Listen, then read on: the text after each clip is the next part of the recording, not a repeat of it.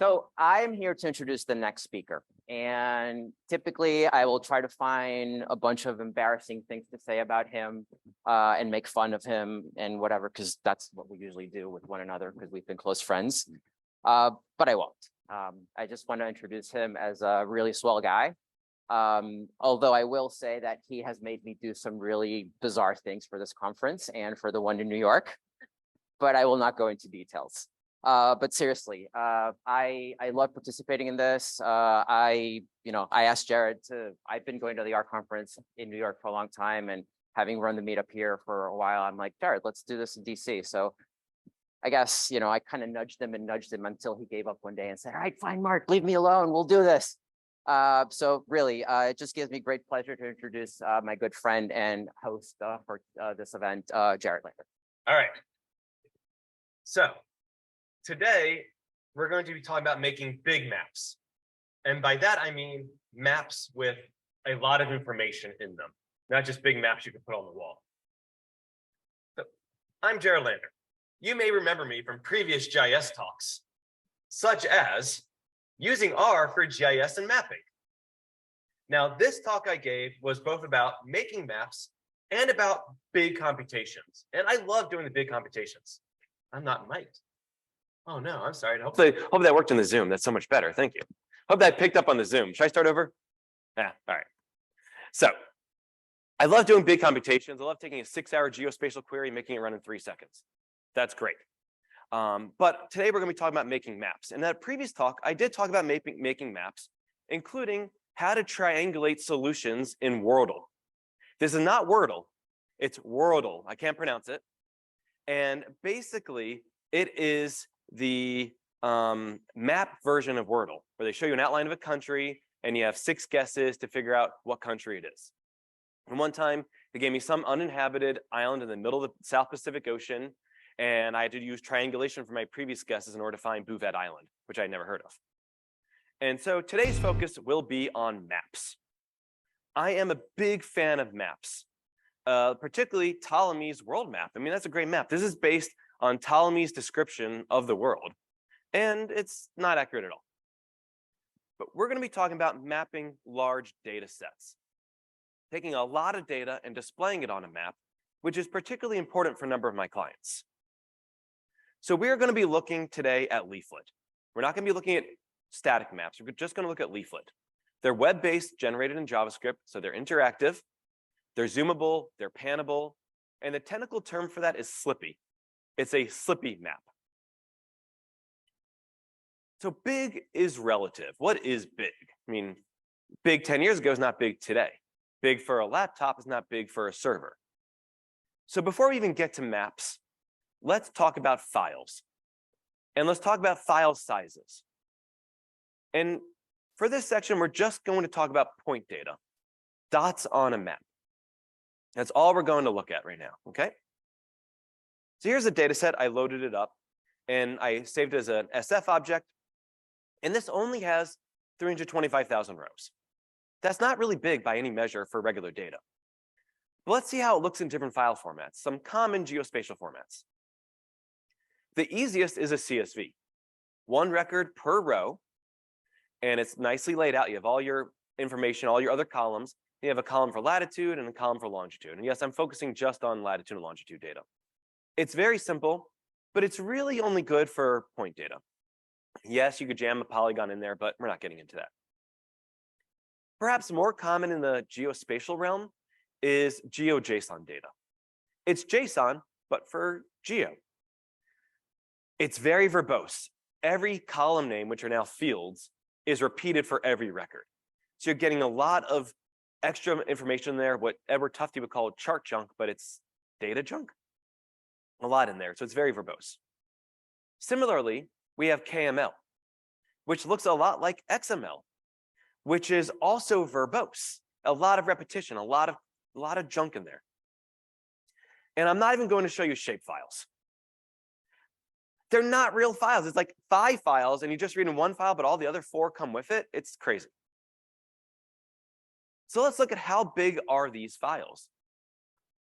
You can see the CSV is the smallest at 35 megabytes, right? GeoJSON is 107 megabytes, and KML is 144 megabytes for 300,000 rows of data. These are incredibly huge. So the CSV is the smallest, but it's only good for point data. GeoJSON is better for other data, but it's much bigger. And this is not large data by regular standards. But there's a new file format. There's a new one that's going to come to our rescue and be better than all of these, hopefully. GeoParquet. It's Parquet, but for Geo. If you don't know Parquet, it is a columnar data format that saves to disk. It's compressed, it's fast, and it's related to Arrow, like GeoArrow also. Now, Arrow is in memory, Parquet is on disk. And when we look at this, the size of this file is 16 megabytes. It's half the size of CSV, a tenth the size of KML, and it's much faster to read and write also. So that's really nice. But how do we create these files? We need to somehow make these files unless they're just magically handed to you from the census website, which doesn't come in Parquet. Maybe it does now. Well, it's easy. With SF, you could use write SF to write most of them. You can write to CSV, you can write to GeoJSON, you can write to KML, you can write to shapefiles, which I'm not going to do. And if you want to use Parquet, you could use the GeoArrow package, which is not on CRAN yet, and you could use write Parquet from that package, and it will write to a special GeoParquet file. If you're stuck on the command line, you could use OGR to OGR or GDAL to convert between different formats. Back to maps, though. Today, we're supposed to be talking about putting this big data in these files into maps. So we're going to start with points on a map. I just want to draw dots on the map. That's all I want to do right now. So we're going to use leaflet, and we are going to call leaflet, which is like ggplot. It initiates the map. Then we're going to say add tiles to put these background tiles on there. Then add circles to actually put each lat-long combination. And yes, you do need to think, is it lat-long or is it long-lat? And whichever way you do it is wrong. GIS cannot agree which way it goes. Now you'll see here, I sampled the data for just about 4,000 rows. Because with regular leaflet, once you get past about 4,000 points on the map, you're pretty much hitting its limits, give or take, depending on your machine. And it doesn't matter the machine that generates it, it's the machine that loads it. Because all of those 4,000 points have to be written into an HTML file as SVG, which is essentially like XML. And then each point has to be rendered on the screen. So we pretty much maxed out, and 4,000 points isn't big. So we're going to leave points behind for a minute. We'll come back to points later and see ways to deal with it. Because first, I want to talk about polygons. These are shapes with area. So easy polygons to think about is the outline of country borders. You think that's easy, getting all of the different countries as a data set, knowing where the borders are. It's not easy to get clean data. It's really hard. And in fact, this data set from Our Natural Earth has 177 rows. But the UN says there's 190 plus countries. What happened to them here? I don't know. That's not the point of today's talk. We just want to plot them. So I'm going to just plot the first 50 maps, first 50 countries. That's because even though there's only 50 polygons, when you're plotting it, you don't have 50 polygons. You have every single vertice in that polygon. Vertice, vertex. You have every single vertex in that polygon. So for just 50 countries, for this so-so resolution map, that's over 4,700 vertices. So that's 4,700 dots it needs to draw, connect the lines, and fill in the area. That's hard.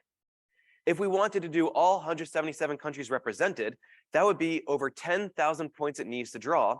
And we already know that leaflet is not going to handle that. Okay? Now, of course, with coastlines, you have the coastline paradox, which I don't think is really a paradox. It's not paradoxical. The more you zoom in, the more curvy it can get. All right, so base leaflet is not going to cut it. Fortunately, there are leaflet extensions like LeafGL. LeafGL uses WebGL to draw the maps. WebGL is a high-speed JavaScript plotting library. It can plot data, it can plot network graphs, it can make bar charts, it can make scatter plots, whatever. There's a number of packages for working with WebGL, but specifically, we will use LeafGL to make our maps. And we are going to return to the points. Here, instead of saying add circles, we are going to say add GL points. And now on here, I'm plotting 250,000 dots on the map in an interactive map.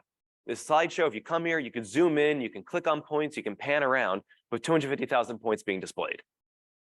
Now, I did 250,000 points because I'm cramming a bunch of maps into the self-contained slideshow. If I was just making one map, I could definitely get to over 400,000 points, which is a big improvement over base leaflet. It renders really quickly. But now the thing is, you still have to encode 400,000 points into the HTML file still being written in. And that can really get big. I was working on a project for a client. I made 10 different maps using LeafGL, each one showing a few 100,000 points. The HTML file was 1.5 gigabytes. It got a little out of hand. So you got to think about what you're doing. And we'll come back to points in a little bit. We'll see more ways to deal with points, but I want to go revisit polygons using LeafGL. Once again, instead of doing add polygons, I'm doing add GL polygons. Now, a little caveat where if you have add polygons from Leaflet, it can handle multi-polygons, which are multiple polygons in a single record. LeafGL can only handle regular polygons, so you need to cast your multi-polygon into a regular polygon, which just breaks it up into multiple rows, and then call LeafGL. And you can see now I'm plotting all 177 rows of country data with no problem. Okay? Is New Zealand on the map? Yes, it is. Good. I always want to make sure for that. Now, another nice feature about using GL polygons is that it's so much easier to color code. With regular Leaflet, I need to get a color ramp and then figure out which countries map to which colors. With LeafGL, I just say fill color equals some column name, and I put the column name in quotes or with a tilde, and it's done. So that's nice, simple, easy. Now with LeafGL, it's harder to make a legend in Leaflet, but making legends in Leaflet is hard anyway, so how much harder is it? Now, I promised you we'd come back to the points data. I want to, instead of showing the points data in raw format, I want to summarize them. To do that, I'm going to use hex bins. I'm going to break up the world into little hexagons and count how many points falls into each hexagon and color code according to that point. Thankfully, this is easy using a package called H3. H3 is an open source piece of software written by Uber. And what it does, it breaks the world into a bunch of hexagons all around the world at 15 different levels of zoom. The more you're zoomed in, the smaller the hexagon is. When you're zoomed out, the bigger the hexagon is. There are multiple packages in R for interacting with H3. I'm using H3JSR, which calls the JavaScript bindings for H3 through the V8 package. Then what I do is I use point to cell to convert any geom point, any lat long, into a deterministic hexagon on the Earth for a given level of zoom. Then I use regular dplyr to count the number of points which fall in each of these hexagons. Then I want to convert this hexagon back into a plottable polygon. So I say cell to polygon. And then I have polygons again, which I could go use in my maps. So nice, simple calculation, a few lines of code does the counting for me. And I know how many points occurred inside of each polygon. When then you make a map, all I'm changing now is the data set to use add GL polygons. I give it my hexagons, and then I color code based on the log scale. That's so easy because instead of putting the column in quotes, I do tilde log of the column, and it will take the log scale of my data and make it nice and easy to plot. And we've essentially made a heat map on a map. And that's pretty cool. Great way to visualize. Now, another idea that we kicked around was showing different types of objects at different zoom levels. Maybe we want to have the summarized hexagons when you're zoomed out, and you want to have points when you're zoomed in. So you make your map, you start with Leaflet, you add your tiles, you add your polygons, you add your points, then you use group options to say this layer, this group, the polygon group for zoom levels 1 through 3, and the points group for zoom levels 4 through 15. So when you zoomed out, it shows the polygons. When you zoomed in, it shows the points. Right now, I'm not showing you the map yet. I'm just saving it to an object. On the next page, we'll look at it at zoom level 3 and at zoom level 4. The only difference between these two maps, I use the map code I just created. One is zoomed in at level 3, one is at level 4, and between them, it switches the points. Now I'm showing them side by side, but in reality, actually, when you come to this talk later, you could actually zoom in on one and watch it change. That's really great, right? You think, okay, well, that only shows data. It's not going to blow things up. But it does. Because even though you're only rendering one type of geometry at a time, you still have to write all the data to the HTML. So now I've written all of my 300,000 points to the HTML, and I've written all 17,000 polygons, each of which has 6 vertices. So I've still blown up my map. And in fact, for this talk, I'm showing the map twice. So I've done that all twice, right? This presentation is pretty large. Remember that 1.5 gigabyte HTML file. You don't want to do that to yourself. So this was like the state of the art for a while. Like, okay, let's use Shiny to stream in data. But then I was directed to something called PM tiles by Tim Appelhans. I've asked for a lot of Twitter-driven development. I would tweet at Tim, he would make a new feature. I would tweet at him, he'd make new features. It's awesome. He's really helped out a lot. I've dreamt of only streaming points to the map that are in the viewport that would be visible on the map. So whatever you're zoomed in on, just show that data. But how do you get the data to the viewport in the first place? Hell, how do you even know which points fall in the viewport? I was thinking like, we'll talk to a database and do like a geospatial join around the bounding box.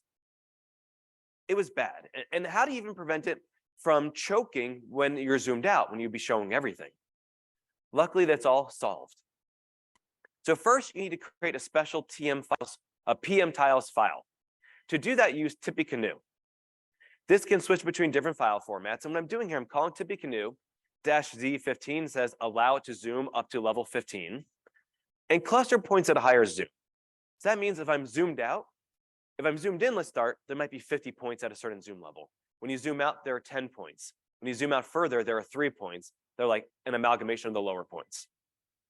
I'm writing it to locations.pm tiles, and I'm using my locations full.geojson as the spots layer. And you could have multiple layers in this one PM tiles file. Next, you need to serve the file. It needs to be served somewhere. You can use an S3 bucket like AWS or Azure or DigitalOcean or Backblaze. Or you can run your own file server like Nginx. The thing is, you need to allow cross-origin resource sharing, CORS. And according to the manual, the documentation, it's easy to do. I have not found it easy. Not at all. And what this means is you need to allow a file being served up by a web server on one domain to be viewed by another web server, maybe coming from your laptop, maybe coming from like the serving server. And it's not easy to do. So PM tiles is really cool. Now, normally what I would do is I'd package a web server like Nginx in a Docker container and use that, but I couldn't do that for this talk.